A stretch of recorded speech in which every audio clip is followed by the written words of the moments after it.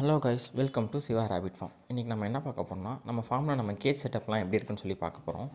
நம்ம இப்போ பார்க்குறது வந்து இதில் வந்து அடுக்குன்னு சொல்லுவாங்க. இதில் ஒரு 4 கேஜ் வச்சுருக்கோம். மேலே 2 கேஜ், கீழே 2 கேஜ்.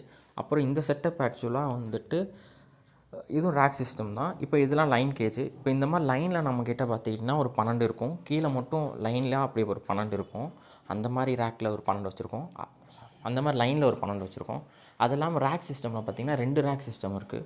ஒரு ரேக் சிஸ்டமில் பார்த்திங்கன்னா 12 முயல் இருக்கும். இன்னொன்று ஒரு ரேக் சிஸ்டமில் பார்த்திங்கன்னா 8 முயல் இருக்கும். ஸோ இதில் எனக்கு ரேக் சிஸ்டம் பிடிக்கும். ஏன்னா ரேக் சிஸ்டமில் கம்மியான இடத்துலையே நிறைய முயல் வச்சுக்கலாம். இதே லைன்னால் கொஞ்சம் இடம் தேவைப்படும். ஆனால் அதில் வந்து லென்த்தாக போயிட்டே இருக்க மாதிரி இருக்கும். ஸோ அதனால் லென்த்தாக இருக்கவங்களுக்கு வந்து அது வந்து செட் ஆகும். நம்ம சின்ன இடமா வச்சுருக்கனால இது. இன்னொன்று என்னென்னா, ரேக் சிஸ்டமே ஃபுல்லாக போட முடியாது. ஏன்னா மொட்டை மாடியில் வச்சுருக்கோம். ஷீட்லாம் எதுவுமே போடலை. நம்ம வெயில் டேரெக்டாக படாமல் முயலுக்கு ஹீட் வராமல் இருக்கணுன்றதுக்காக வந்து மேலே வந்து ஷீட் போட்டிருப்போம், கூலிங் ஷீட் போட்டிருப்போம். ஸோ அது ஓரளவு வந்து வெயில் ரெடியூஸ் பண்ணுவோம் டேரெக்டாக படாமல். அது இல்லாமல் பச்சை கலர் நெட்டு போட்டிருப்போம், க்ரீன் ஷீட் இருக்குல்ல, அது போட்டிருப்போம். ஸோ அது இல்லாமல் நம்மளுக்கு மொட்டை மாடியில் வந்து சென்டராக தண்ணி தொட்டி இருக்குது. பக்கத்தில் 2 சைடும் பில்டிங் இருக்கனால அதோட ஷேடோஸ் வந்து அதில் விழுகும். ஸோ அதனால் இன்னுமே ஹீட் வந்து டேரெக்டாக படுறதோட கொஞ்சம் கம்மியாகி தான் படும். ஸோ அதனால் நம்மளுக்கு ஹீட் பற்றி பிரச்சனை இல்லை. இதுக்கு மேலே நான் ஒரு 35 முயல் வச்சுருக்கேன். இதுக்கு மேலே நான் ரேபிட் ரைஸ் பண்ணணுன்னால தான் அந்த பிரச்சனை வரும். ஏன்னா இப்போ இருக்க முயலுக்கு வந்து அந்த ஹீட்லாம் வந்து ரெடியூஸ் ஆகுறது, ஹீட் வந்து டேரெக்டாக படாது, வெயில் வந்து டேரெக்டாக படாது, அந்த மாதிரி சிஸ்டமில் இருக்குது. இதுக்கு மேலே நான் இன்க்ரீஸ் பண்ணுறது இருந்தால் கண்டிப்பாக ஷெட் போட்டு தான் ஆகணும். அப்படின்னா தான் முயலுக்கு வந்து வெயில் வராமல் இருக்கும். முயல் வாங்குறது பிரச்சனை இல்லை, முயல் வாங்குறத கரெக்டாக பார்த்துக்கணும். அதுக்காக தான்.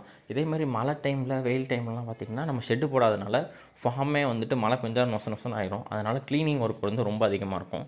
ஸோ இது என்னை மாதிரி சும்மா நார்மலாக வளர்க்குறவங்களுக்கு இது செட் ஆகும். அது இல்லாமல் நம்ம ஒரு ஃபார்மாக டெவலப் பண்ணுறோன்னா இந்த மாதிரி ஐடியா வந்து சுத்தமாக செட் ஆகுது. ஏன்னா ஷெட்டு போட்டு அதுங்களுக்கு ப்ராப்பராக பார்த்துக்கணும். அதே மாதிரி நம்ம கேஜுமே ரொம்ப நார்மலான கேஜ் தான் செட் பண்ணியிருக்கோம், சும்மா வளர்க்கணுன்றதுக்காக. ஆனால் ஃபார்ம்னு போகும்போது இந்த மாதிரியான கேஜ் வந்து நம்ம வச்சுருந்தோம்னா செட் ஆகாது. ஸோ இதுக்குன்ட்டு தனியாக வெயிட்டான கேஜ் யூஸ் பண்ணால் தான் நம்ம ஃபார்முக்கு வந்து லைஃப் வரும். நம்ம ரேபிட் ஃபார்மில் கேஜ் சைஸ் பார்த்திங்கன்னா 1.5க்கு 1.5 இருக்கும், 2க்கு 1.5 இருக்கும், 2க்கு 2 இருக்கும். இதில் இந்த 2க்கு 2 கூண்டில் வந்து குட்டி போடுற முயலுக்கு வச்சுக்குவோம். 1.5க்கு 2 குட்டி போடுற முயலுக்கு வச்சுக்குவோம். இந்த 1.5க்கு 1.5 வந்து எல்லா முயலுமே வச்சுக்குவோம். அது இல்லாமல் நம்மக்கிட்ட 3க்கு 4ன்னு சொல்லி ஒரு கேஜ் இருக்குது.